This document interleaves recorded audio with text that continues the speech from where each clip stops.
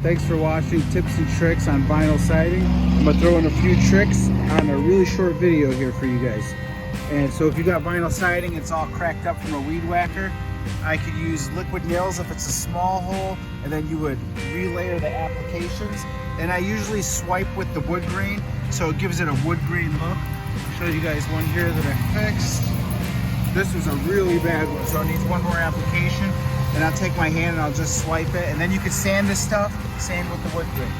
All right, so if you got a bunch of cracks like I got here, I just took a piece of vinyl siding, I cut the lip off it, and I'm just gonna tuck this back in here, and it will slide up because it's made like that, and you can just slide it up. But I had to cut this lip off. Hopefully that makes sense for you guys.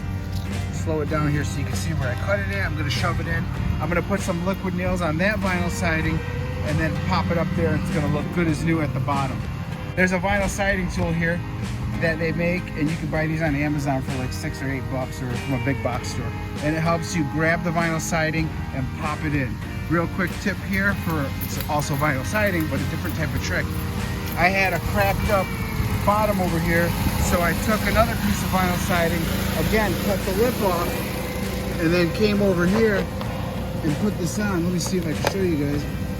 See how I overlapped that piece on it? I didn't have to put any screws on this, and this thing's snug and won't move. So, and the problem is fixed.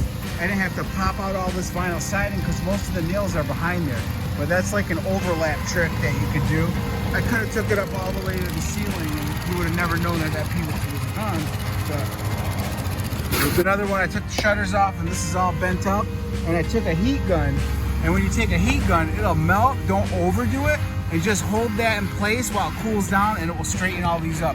When I get my heat gun, I'm gonna fix that, because I did some on this side here, and you can see, you can't even tell that that had any bumps here. I mean, you gotta take your time and hold it. Don't be in a rush, so. All right, that's it again. Thanks for watching. Give me a thumbs up. Hopefully this video taught you something. And if it didn't, don't blame me, blame your parents. Have your wife help you if you don't get it.